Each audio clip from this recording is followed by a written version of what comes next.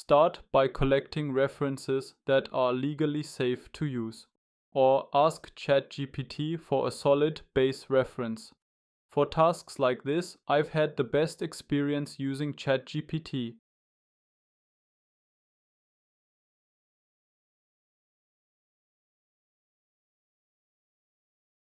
As you can see, the result is already usable. We only need to make small adjustments to the texture.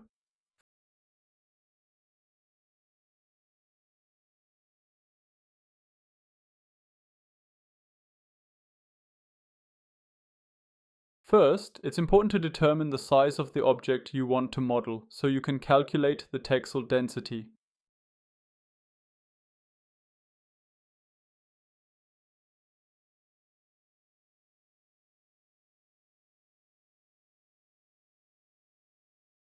In this case, we're using 5 pixels per centimeter. Once you have the result, scale down the most prominent part of the texture first.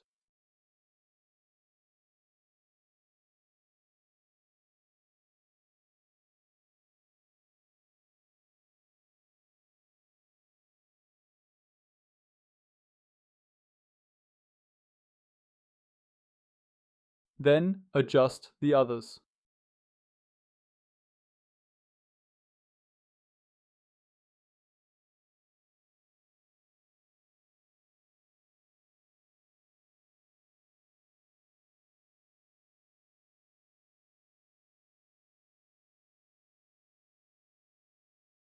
Make sure the texture layout stays roughly rectangular. This will make Atlas packing easier later.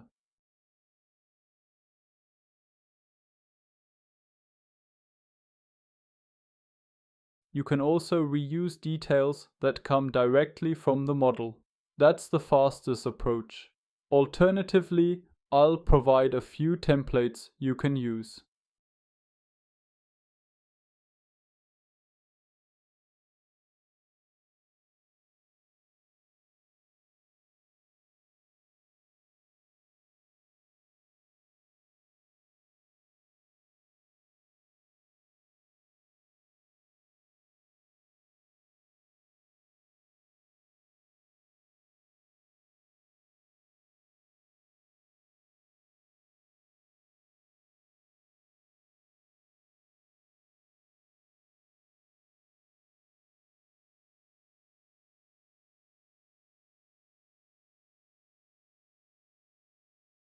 After that, you can start modeling right away.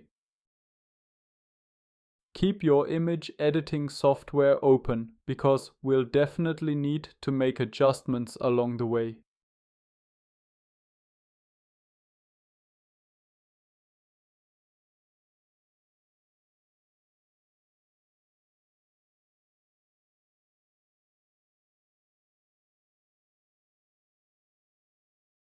It's best to focus on getting the proportions right first. You don't need exact measurements. Precision down to the millimeter isn't important here. Most errors become visible during unwrapping, and we fix them step by step in the texture.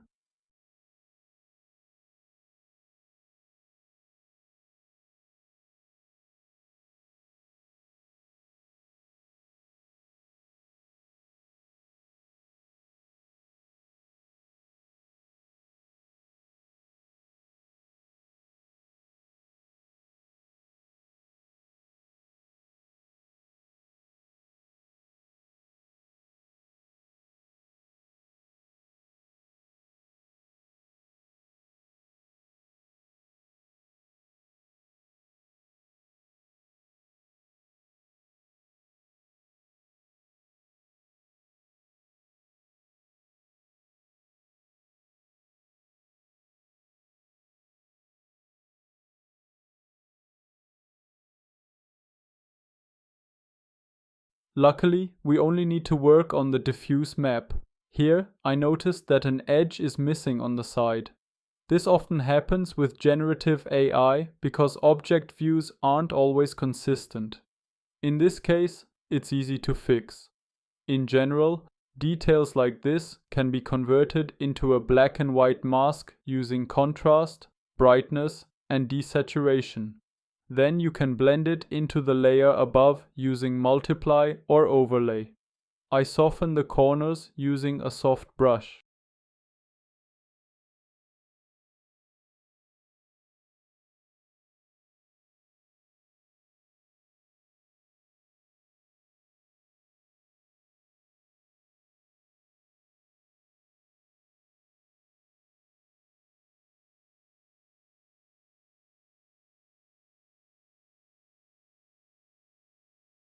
Both sides of the model are identical. This happens quite often with objects that have mirrored parts, so keep that in mind when searching for or generating textures.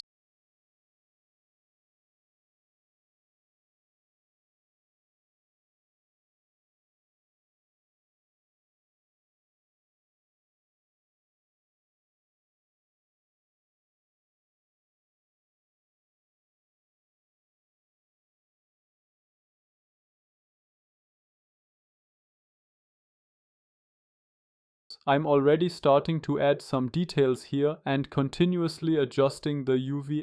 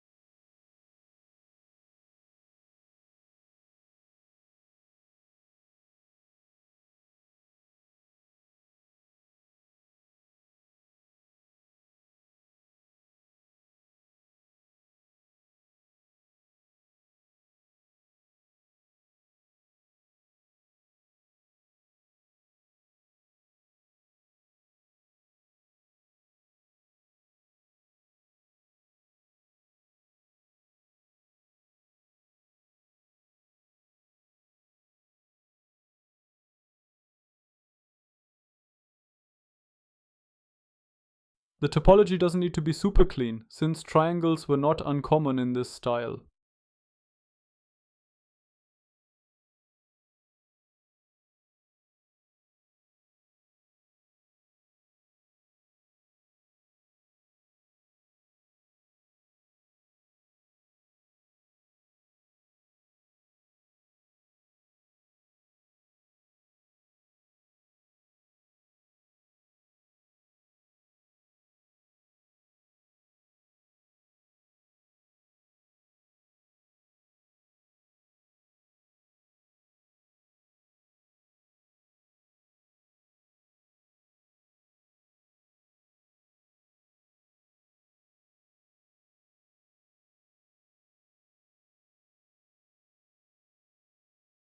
I first tried to place the less visible underside somewhere on the main texture.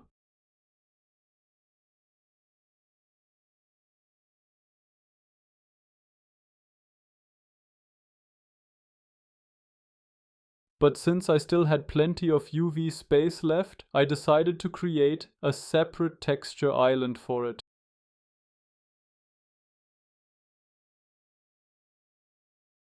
The cables also need to be removed from the monitor. I noticed a bit late that because of the mirrored side and the back, the monitor ended up with 3 power cables. Luckily, the adjustment was easy.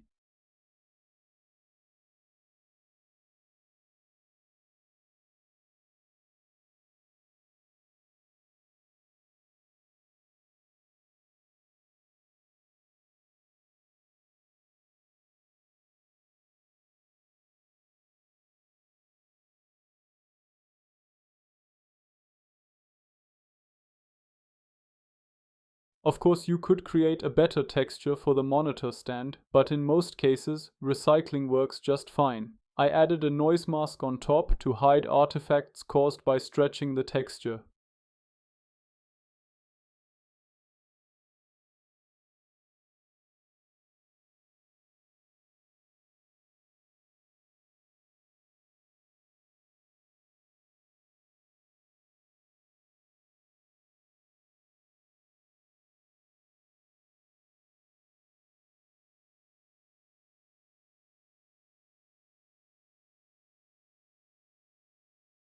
I'm removing the cable on the back now. And yes, it still didn't click for me that this would give the monitor 3 cables. Brilliant.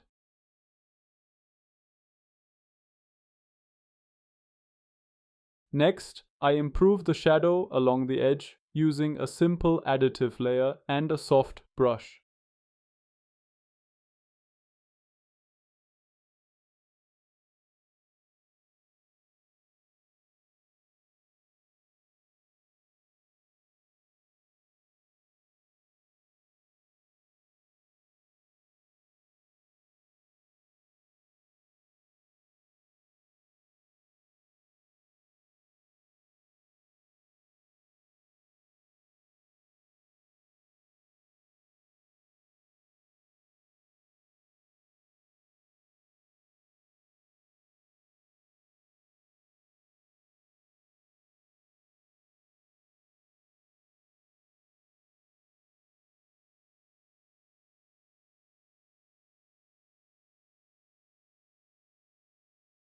The top side is mirrored as well, so the highlights along the upper edge stay consistent and one side doesn't suddenly become darker than the other.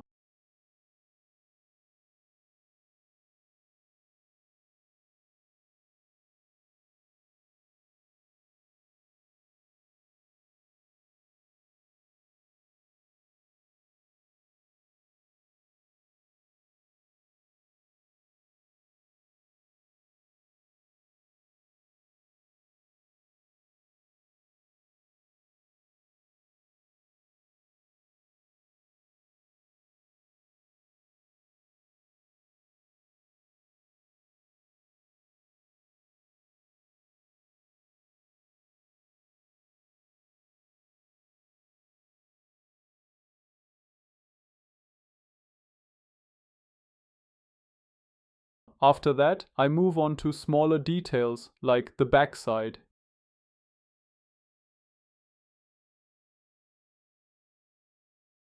Even though this kind of high resolution would have been unthinkable in an N64 game, we can easily afford these details today. You don't have to copy the old style 100%.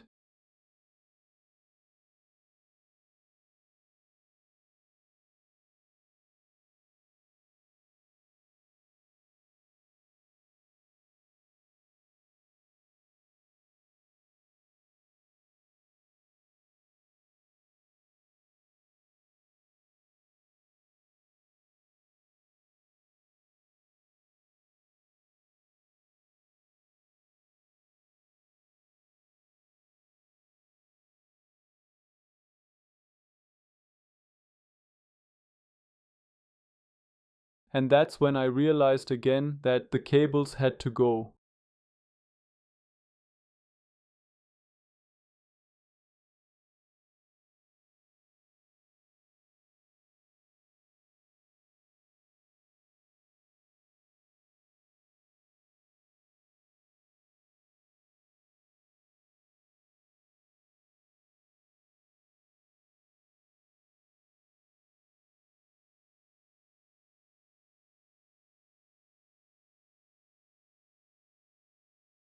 We can unwrap the inner edges toward the glass so the transition looks cleaner. Later on, I also angled the frame toward the monitor glass. That's not shown in this video, but it adds much more visual dynamism with the same poly count.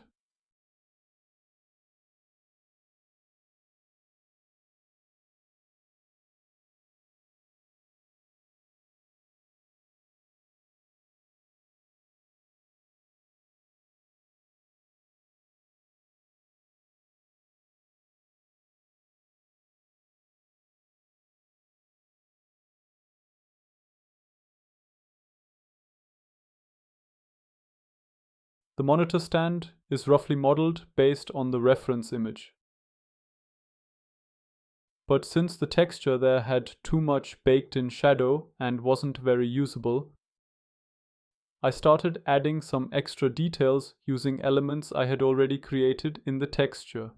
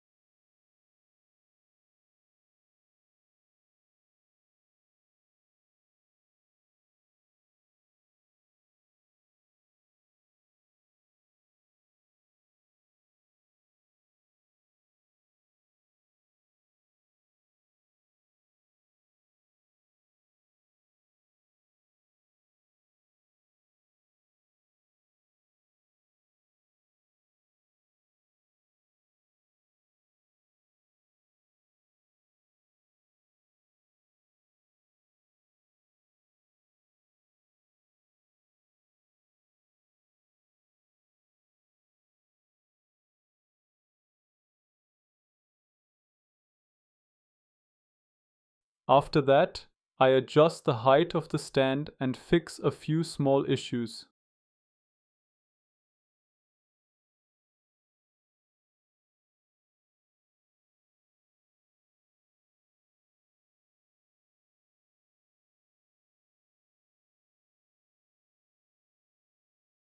Making sure there are no overly dark or overly bright edges on the UV islands.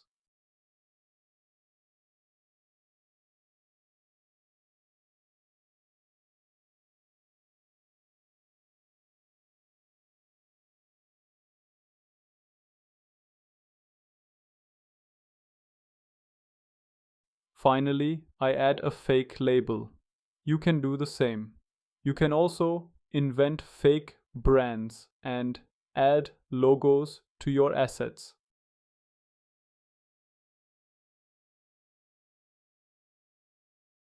I'm planning to create a small collection of fictional brands and share them with you so the overall ecosystem stays consistent.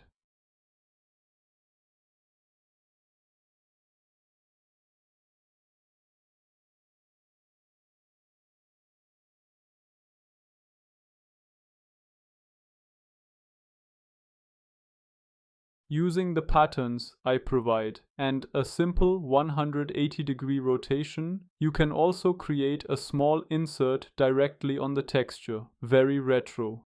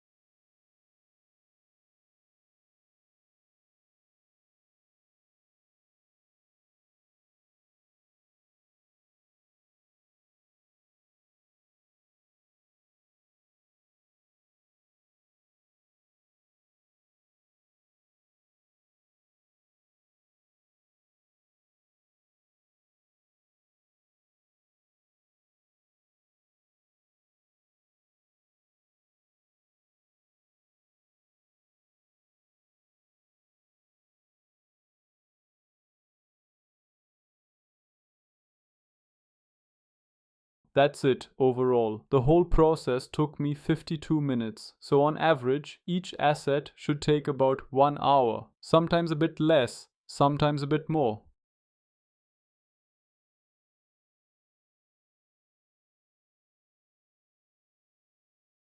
See you soon.